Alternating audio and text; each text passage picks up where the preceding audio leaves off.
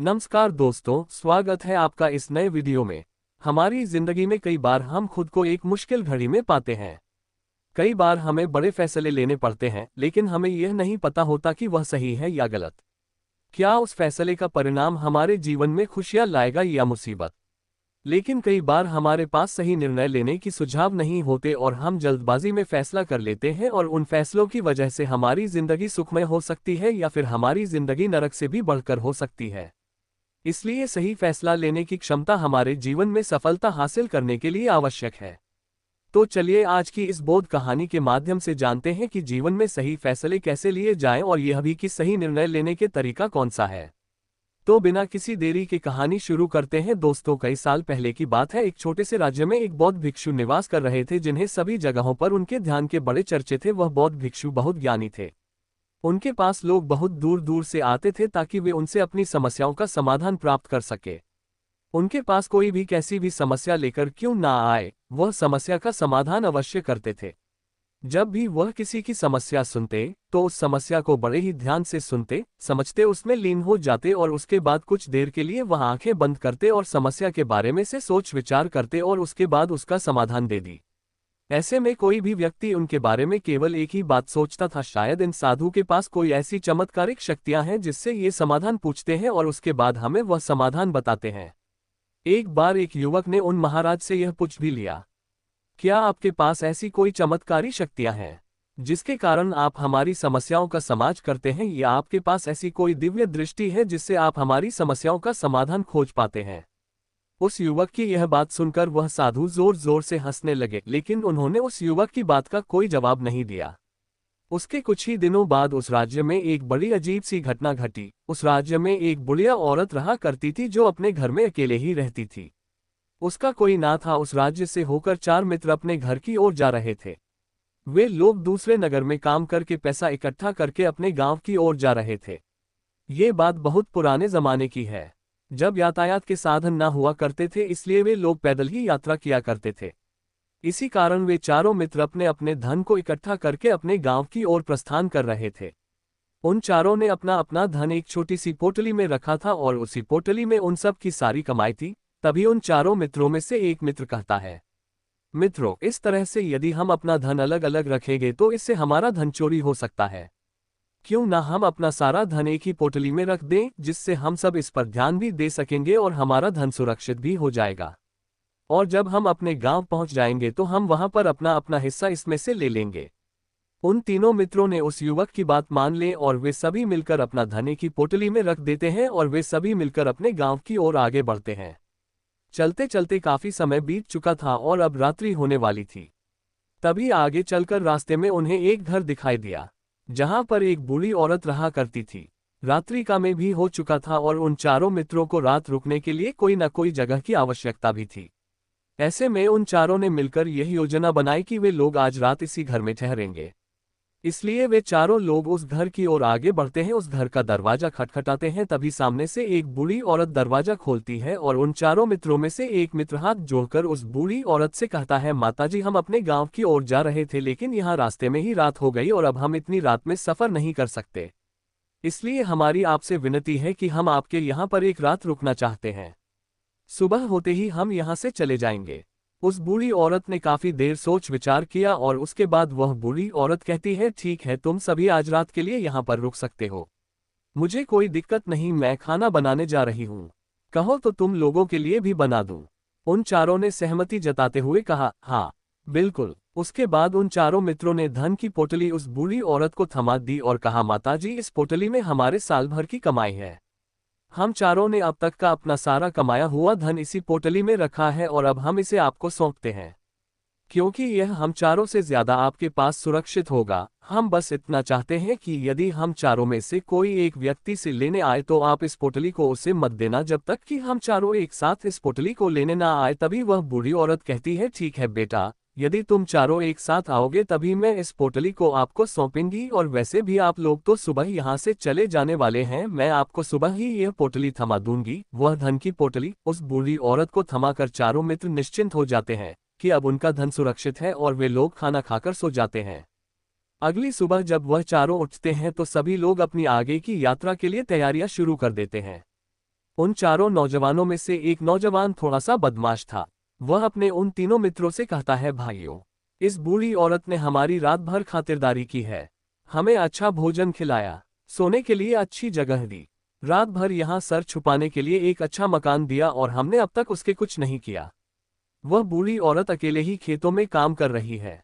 क्या हम सभी यहाँ से जाने से पहले इस बूढ़ी औरत की मदद नहीं कर सकते?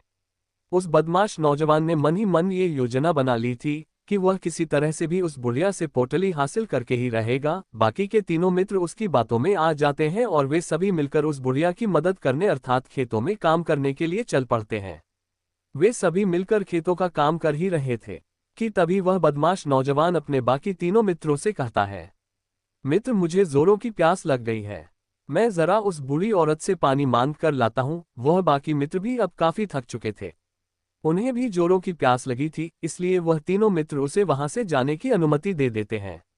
जैसे ही वह बदमाश उस बूढ़ी औरत के पास पहुंचता है, वह उस बूढ़ी औरत से कहता है, माता जी, अब हम यहाँ से जा रहे हैं, कृपया करके हमारे धन की पोटली हमें वापस दे दे। इस पर वह बूढ़ी औरत कहती है, नहीं नहीं, जब तक तुम चारों एक साथ ना हो तब तक मैं वह पोटली किसी को नहीं दे सकती। तुम्ही ने तो कहा था कि जब तक हम चारों एक साथ ना हो तब तक ये पोटली किसी को नहीं देनी है। तभी वह बदमाश उन तीनों की तरफ इशारा करते हुए कहता, हे लाओ। उन तीनों ने सोचा कि हमारा मित्र हमारे लिए पानी लाना चाहता है, इसलिए वह हमसे आज्ञा मांग रहा है। तभी उन तीनों मित्रों ने इशारे में उस युवक से कहा, हाँ हाँ ठीक है, ले आओ। ये देख उस बुढ़िया को ये लगने लगा कि अब ये चारों यहाँ से जा रहे हैं और यह अपनी पोटली मांग रहे हैं, इसलिए उस बुढ़िया ने वह कोटला कर उस बदमाश के हाथों में रख दी और वह बदमाश उस पोटली को लेकर वहां से चला गया और बाकी के तीनों मित्र अपने खेत के काम में व्यस्त हो जाते हैं। कुछ देर के बाद जब वह तीनों खेत का काम करके वापस लौटते हैं और बुढ़िया से कहते हैं, माता जी, हमारा मित्र जो यहाँ पानी पीने आया था वह कहाँ गया? इस पर वह बुढ़िया कहती है, क्या वह पानी पीने आया था? पर वो तो कह रहा था कि हम चारों जा रहे हैं, कृपया करके हमारे धन की पोटली हमें थमा दे। तब तीनों बड़े आश्चर्य होकर उस बुढ़िया से कहते हैं, माता जी, हमने भला कब कहा वह पोटली मांगी थी?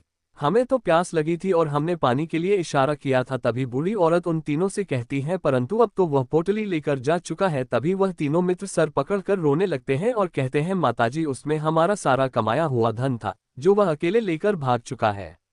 हमने तो आपको कहा था कि जब तक हम चारों एक साथ ना आए तब तक आपको वह पोटली किसी को नहीं देनी है, फिर आपने ऐसा क्यों किया? इसमें आप ही की गलती है। हमने आपको उस पोटली की हिफाजत के लिए रखा था और आपने उसे एक ऐसे आदमी के हाथों में दे दिया जिसने हमारा सारा धन हमसे लूट लिया।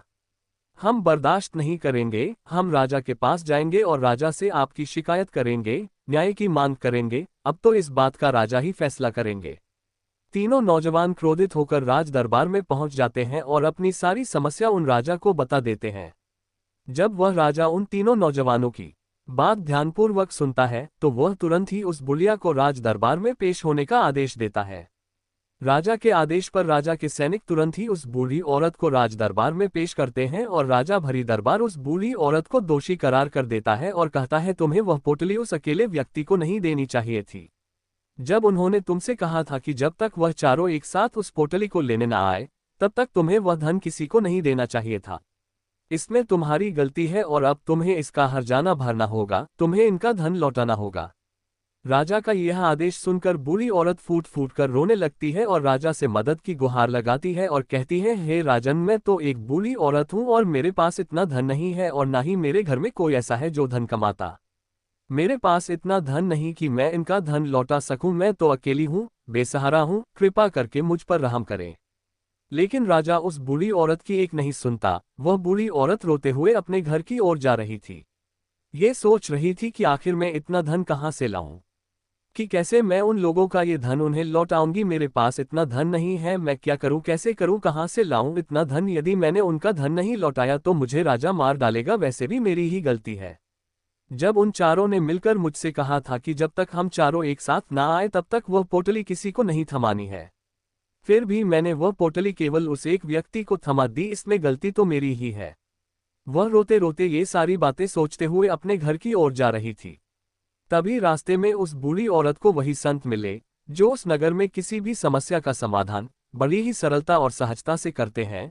उन्होंने उस बूढ़ी औरत से कहा, क्या बात है बेटी, क्यों रो रही हो?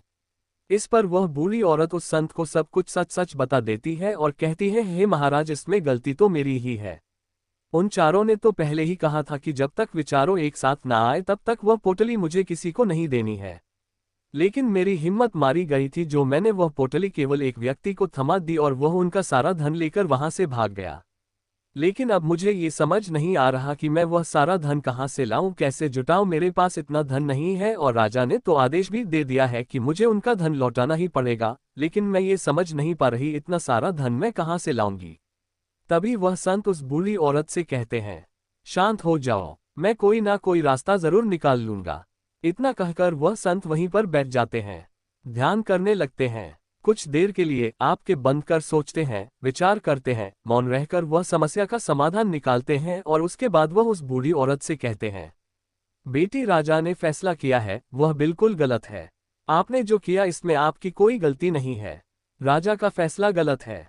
उन संत के इतना कहने पर बूढ़ी औरत चुप हो गई और यह सोचने लगी कि आखिर राजा का फैसला कैसे गलत हो सकता है। राजा तो सभी के लिए न्याय ही करते हैं और वह कभी किसी का बुरा नहीं करते। फिर आखिर आज राजा का फैसला कैसे गलत हो गया। उन संत और उस बुढ़िया की बात आसपास के खड़े लोग सभी लोग सुन रहे थे और वे लोग भी बड़े अचरज में थे, क्योंकि राजा का फैसला कैसे गलत हो सकता है। राजा ने तो बिल्कुल सही फैसला लिया है, इस बूढ़ी औरत ने ही गलती की है। उन चारों का धन केवल एक ही को थमा दिया। ऐसे में इस बुढ़िया को उनका धन तो लौटाना ही चाहिए। राजा ने गलत फैसला कहाँ किया है। तभी वह संत उस बूढ़ी औरत से कहते हैं, जाओ और राज दरबार में कह दो कि हे राजन, आपका फैसला गलत है और सही क्या है, गलत क्या है, इसका फैसला मैं करूंगा। पहले तो बूढ़ी औरत इतनी हिम्मत ही नहीं जुटा पा रही थी कि वह राज दरबार में जाकर भरे राज दरबार में राजा को ये कह सके कि राजन, आपका फैसला गलत है। लेकिन जैसे तैसे उसने हिम्मत जुटाई और वह वापस राज दरबार लौटी। उसने डरते हुए भरे राज दरबार राजा से बड़ी धर्राती आवाज में कहा कि राजन, आपने जो फैसला किया है वह फैसला गलत है। इतना कहकर उसने राजा को सारी बात सच सच बता दी। उस बूढ़ी औरत की बात सुनकर राजा बहुत क्रोधित हुआ। राजा ने उस बूढ़ी औरत से कहा, कौन है वह संत जिसने मेरे फैसले को गलत बताया है? क्या उन्हें नहीं लगता कि मैंने सही निर्णय लिया है? मैं हर रोज कई निर्णय लेता हूँ, कई फैसले करता हूँ, लेकिन आज तक कभी किसी ने मुझसे यह नहीं कहा कि मेरा फैसला गलत है। यदि उन संत ने मुझे सही फैसला ना सुनाया, उन्हें फांसी की सजा दे दूंगा। ये बात पूरे नगर में फैल गई। सब लोग ये जानने के लिए हैरान थे कि आखिर वह साधु ऐसा कौन सा फैसला सुनाने वाले हैं जो राजा से भी उचित होगा, जिसमें सबके लिए न्याय होगा। राजा ने अपने सैनिकों को तुरंत ही आदेश दिया कि जाओ और संत को राज दरबार में लाओ। राजा की आज्ञा के अनुसार वे सैनिक तुरंत ही उन संत को लेने के लिए निकल पड़े। वे लोग कुछ ही देर बाद उन संत को लेकर राज दरबार पहुंचे। राज दरबार में सभी लोग उपस्थित थे और सभी लोग उन संत के फैसले का इंतजार कर रहे थे। उन संत को देखकर राजा कहता है, महाराज, आपको ऐसा क्यों लगता है कि हमने जो फैसला किया है वह गलत है? इस बुढ़िया ने ये वादा किया था कि वह चारों लोगों को एक साथ ही वह पोटली जमा आएगी, फिर आखिर उसने अपना वादा क्यों तोड़ा? इसने ये गलती क्यों की कि इसने केवल एक ही को पोटली थमा दी और वह उनका सारा धन लेकर यहाँ से भाग गया? तो क्या इसमें इसकी गलती नहीं है? क्या इससे इनका धन नहीं लौटाना चाहिए? इस पर वह साधु बड़ी विनम्रता से राजा से कहते हैं, हे राजन, यह आपका फैसला था, लेकिन मैं आपसे कुछ कहना चाहता हूँ। इस पर राजा कहता है, ठीक है, कहिए आप क्या कहना चाहते? इस पर वह साधु बड़ी विनम्रता से राजा से कहता है, हे राजन, जैसा कि वादा किया गया था कि पोटली एक साथ उन चारों को ही दी जाएगी, तो अभी तो ये केवल 3 है, चौथा कहाँ है? तो इनसे कहिए कि यह लोग यहाँ से वापस जाएं और अपने उस चौथे मित्र को यहाँ लेकर आए, तभी इनका धन वापस किया जाएगा। और वादा भी ऐसा ही किया गया था कि जब तक चारों लोग एक साथ ना हो तब तक उनका धन उन्हें नहीं लौटाया जाएगा। और यदि यह बूढ़ी औरत इन तीनों को धन लौटा देती है तो ये बूढ़ी औरत अपना वादा तोड़ देगी और यह सही नहीं है। इसलिए यदि आप चाहते हैं कि इनका धन लौटाया जाए तो पहले इनसे कहिए कि ये लोग जाएं और अपने उस चौथे मित्र को यहाँ पर वापस ले आए। उस राज दरबार में हर कोई इस बात को सुनकर बहुत खुश हुआ। सभी ने उन संत की बहुत तारीफ की। राजा भी उन संत के इस फैसले से पूरी तरह से सहमत था। राजा तुरंत ही उन संत के सामने सिर झुका लेता है और हाथ जोड़कर उनसे कहता है, हे महाराज, आपका ये फैसला इतना सही कैसे हो सकता है? आखिरी बात मेरे दिमाग में आई क्यों नहीं? मैंने इस बात को इस तरह से सोचा क्यों नहीं? तभी वह साधु उस राजा से कहते हैं, हे राजन, आपके पास और भी काम होते हैं। आप दिन भर व्यस्त रहते हैं और आपको जल्दबाजी में फैसले लेने पड़ते हैं। आपने इस मामले को न समझा, लेकिन इसे देखने में आप गलती कर गए। इससे आपने केवल ऊपरी तौर पर देखा, आपने इसकी गहराई तक जाने का प्रयास तक नहीं किया। यदि आपने इस मामले की गहराई को देखा होता, समझा होता तो आप भी इसी नतीजे पर आते।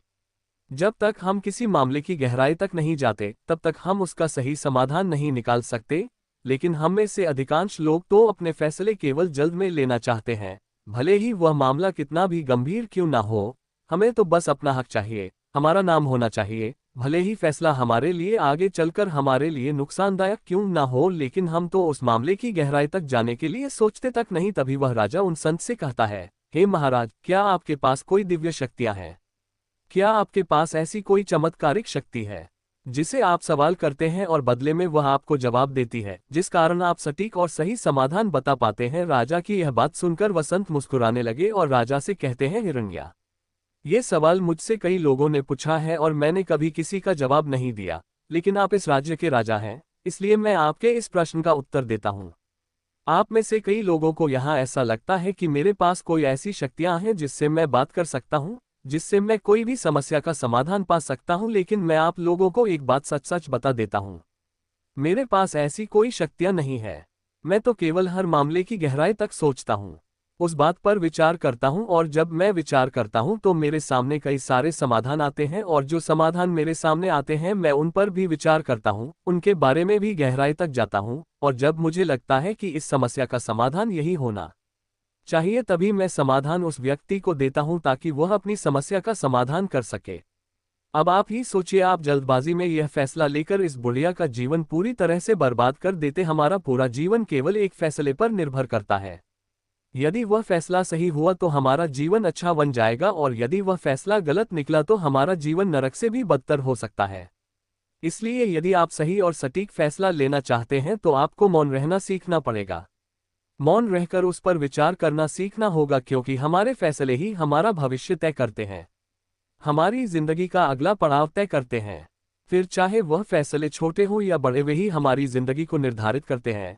इसलिए सबसे पहले हमें सही फैसले लेने के लिए मौन रहना सीखना आवश्यक है, उन पर विचार करना आवश्यक है, और जब आप ऐसा करते हैं तो आपके सामने एक ही समझ के कई सारे समाधान निकल कर आते हैं, और जब आप उन पर गौर करेंगे तो आपको ये समझ में आएगा कि उन फैसलों का समाधान कैसा होना चाहिए, कि समाधान से आपको क्या फायदा होगा और क्या नुकसान होगा, या उस समाधान पर सोच और विचार करने पर ही आप उसे समझ सकते हैं, और तभी आप ये निर्णय भी ले सकते हैं कि क्या ये समाधान उचित रहेगा या नहीं। और यह सब संभव हो सकता है यदि हम कम बोलना शुरू करें, अब पूरी तरह से मौन हो जाए। इसका अर्थ यह है कि आप भीतर से शांत हो जाएं, और जब आप भीतर से शांत होने लगते हैं तो आपका मन स्पष्ट होने लगता है, साफ होने लगता है, और आप किसी भी चीज पर सोच विचार कर सकते हैं। और जब आप भीतर से शांत होने लगते हैं तो आप ऊपर से भी कम बोलते हैं, और जब आप धीरे धीरे कम बोलने के आदी हो जाते हैं तो आप साफ और स्पष्ट तौर पर सोच और समझ पाते हैं। आपके विचारों में शुद्धता आ जाती है, जिससे आपको ये साफ और स्पष्ट देखने को मिल जाता है ये कौन सा फैसला सही होगा और कौन सा फैसला गलत होगा। आपको उस परिस्थिति में क्या करना चाहिए और क्या नहीं करना चाहिए। लेकिन हम में से अधिकांश लोग अपने आप को सही साबित करने के लिए, अपने आप को ऊंचा साबित करने के लिए अत्यधिक बोलते हैं, और इतना बोलते हैं हर कोई उनकी बातों को गंभीरता से नहीं लेता।